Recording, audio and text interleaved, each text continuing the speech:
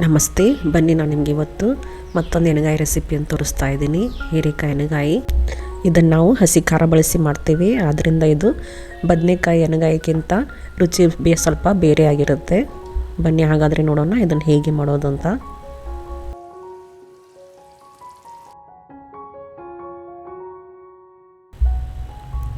ಮೊದಲನೇದಾಗಿ ನಾವು ಇದಕ್ಕೆ ಒಂದು ಸ್ವಲ್ಪ ಪೌಡ್ರ್ ಮಾಡ್ಕೊಳ್ಳೋಣ. ಅದಕ್ಕೆ 1 ಟೇಬಲ್ ಸ್ಪೂನಷ್ಟು ಗುರೆಳ್ಳನ್ನು ಹಾಕ್ಕೊಂಡು ಇದು ಚಟಪಟ ಅನ್ನುವರೆಗೂ ಸರಿಯಾಗಿ ಹುರಿದುಕೊಳ್ಳಿ.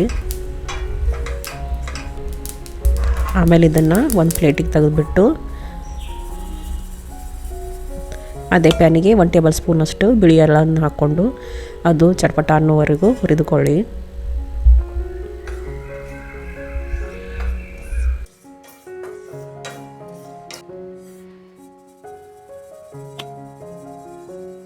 ನಂತರ 1 ಟೀ ಸ್ಪೂನಷ್ಟು ಎಣ್ಣೆಯನ್ನು ಹಾಕ್ಕೊಂಡು ಅದಕ್ಕೆ 5 ರಿಂದ 6 ಹಸಿಮೆಣಸಿನ್ಕಾಯಿ ಹಾಕ್ಕೊಂಡು ಅದನ್ನು ಹುರಿದುಕೊಳ್ಳಿ. ಆಮೇಲೆ ಇದಕ್ಕೆ ಒಂದು ಮೀಡಿಯಮ್ ಗಾತ್ರದ ಈರುಳ್ಳಿಯನ್ನು ಉದ್ದುದ್ದಾಗಿ ಹೆಂಚ್ಕೊಂಡಿದ್ದೀನಿ. ಅದನ್ನು ಹಾಕ್ಕೊಂಡು ಈರುಳ್ಳಿ ಟ್ರಾನ್ಸ್ಪರೆಂಟ್ ಆಗುವವರೆಗೂ ಹುರಿದುಕೊಳ್ಳಿ.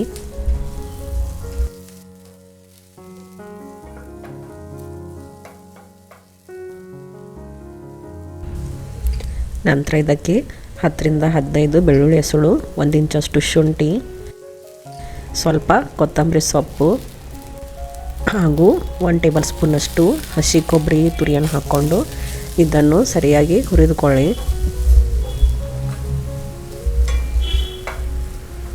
ನಂತರ ಇದನ್ನು ತಣ್ಣಗಾಗಕ್ಕೆ ಬಿಟ್ಬಿಡಿ. ಈಗ ಪೌಡ್ರ್ ಮಾಡ್ಕೊಳ್ಳೋಣ. ನಾವು ಇಲ್ಲಿ ಹುರಿದಿಟ್ಟಿರುವ ಎಳ್ಳು ಮತ್ತು ಗುರೆಳ್ಳನ್ನು ಹಾಕ್ಕೊಂಡು ಇದರ ಜೊತೆಗೆ ಅರ್ಧ ಕಪ್ಪಷ್ಟು ಹುರಿದ ಕಡಲೆ ಬೀಜ, 1 ಟೇಬಲ್ ಸ್ಪೂನಷ್ಟು ಹುರಿಗಡಲೆ, 1 ಟೇಬಲ್ ಸ್ಪೂನಷ್ಟು ಕೊತ್ತಂಬರಿ ಕಾಳಿನ ಪುಡಿ, ಅರ್ಧ ಟೇಬಲ್ ಸ್ಪೂನಷ್ಟು ಗರಂ ಮಸಾಲ, 1 ಟೀ ಸ್ಪೂನಷ್ಟು ಅರಿಶಿನ ಪುಡಿ ಹಾಗೂ ಅರ್ಧ ಟೇಬಲ್ ಸ್ಪೂನಷ್ಟು ಅಚ್ಚಕಾರದ ಪುಡಿಯನ್ನು ಹಾಕ್ಕೊಂಡು ಇದನ್ನು ತರಿತರಿಯಾಗಿ ಪುಡಿ ಮಾಡ್ಕೊಳ್ಳಿ. ನಂತರ ಇದನ್ನೊಂದು ಮಿಕ್ಸಿಂಗ್ ಬೌಲಿಗೆ ಹಾಕ್ಕೊಂಡು ಆಮೇಲೆ ನಾವಿಲ್ಲಿ ಹುರಿದಿಟ್ಟಿರುವ ಈರುಳ್ಳಿ ಮತ್ತು ಕೊಬ್ಬರಿ ತುರಿಯನ್ನು ಹಾಕ್ಕೊಂಡು ಇದನ್ನು ತರಿತರಿಯಾಗಿ ಪೇಸ್ಟ್ ಮಾಡ್ಕೊಳ್ಳಿ.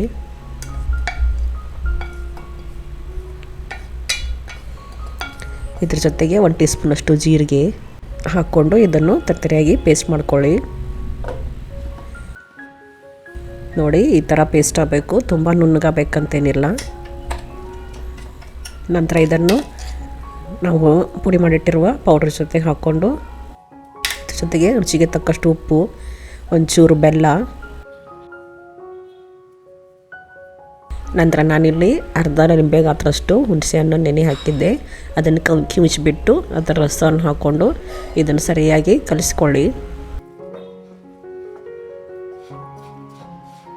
ನೋಡಿ, ಇದು ಈ ಥರ ಆಗಬೇಕು, ತುಂಬ ನೀರು ಥರ ಇರಬಾರ್ದು. ನಂತರ ನಾವಿಲ್ಲಿ 2 ದೊಡ್ಡ ಗಾತ್ರದ ಹೀರೆಕಾಯನ್ನು ತೆಗೆದುಕೊಂಡಿದ್ದೀನಿ.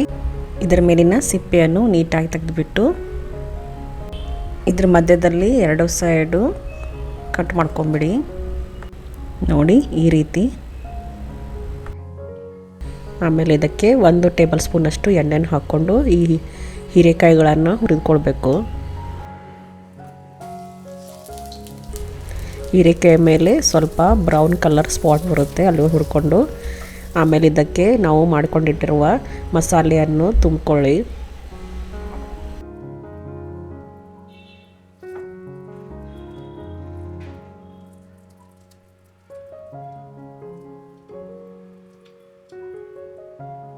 ಇದೇ ರೀತಿ ಎಲ್ಲ ಹೀರೆಕಾಯಿಗಳನ್ನು ತುಂಬಿಕೊಂಡು ಬನ್ನಿ ಇದಕ್ಕೀಗ ಒಗ್ಗರಣೆ ಮಾಡ್ಕೊಳ್ಳೋಣ. ಅದಕ್ಕೆ ನಾನಿಲ್ಲಿ 2 ರಿಂದ 3 ಟೇಬಲ್ ಸ್ಪೂನಷ್ಟು ಎಣ್ಣೆ ತೆಗೆದುಕೊಂಡಿದ್ದೀನಿ. ಇದಕ್ಕೆ ಎಣ್ಣೆ ಜಾಸ್ತಿನೇ ಬೇಕು. ನಂತರ ಇದಕ್ಕೆ 1 ಟೀ ಸ್ಪೂನಷ್ಟು ಸಾಸಿವೆ, 1 ಟೀ ಸ್ಪೂನಷ್ಟು ಜೀರಿಗೆ, ಸ್ವಲ್ಪ ಕರಿಬೇವು ಸೊಪ್ಪು ಹಾಗೂ 1 ಸಣ್ಣ ಗಾತ್ರದ ಈರುಳ್ಳಿ ಸಣ್ಣಗೆ ಹೆಚ್ಚಿರೋದು ಹಾಕ್ಕೊಂಡು ಇದನ್ನು ಸ್ವಲ್ಪ ಬಾಡಿಸ್ಕೊಳ್ಳಿ.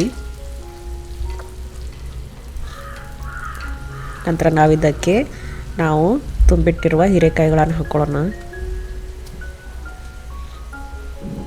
ಇದನ್ನು ಒಂದು ಸರ್ತಿ ಕಲಿಸ್ಬಿಟ್ಟು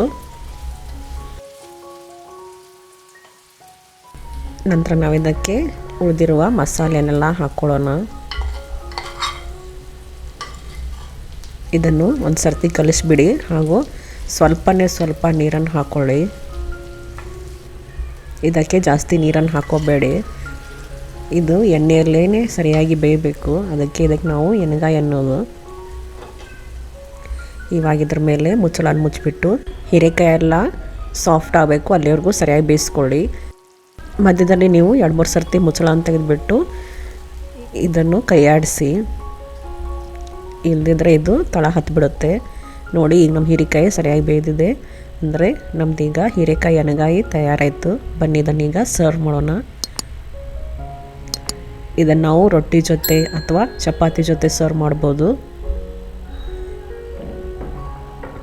ಈ ರೆಸಿಪಿಯನ್ನು ನೀವು ನಿಮ್ಮ ಮನೆಯಲ್ಲಿ ಟ್ರೈ ಮಾಡಿ ಹಾಗೂ ಪ್ಲೀಸ್ ನನ್ನ ಚಾನಲನ್ನು ಸಬ್ಸ್ಕ್ರೈಬ್ ಮಾಡೋದನ್ನು ಮರಿಬೇಡಿ. ಧನ್ಯವಾದಗಳು.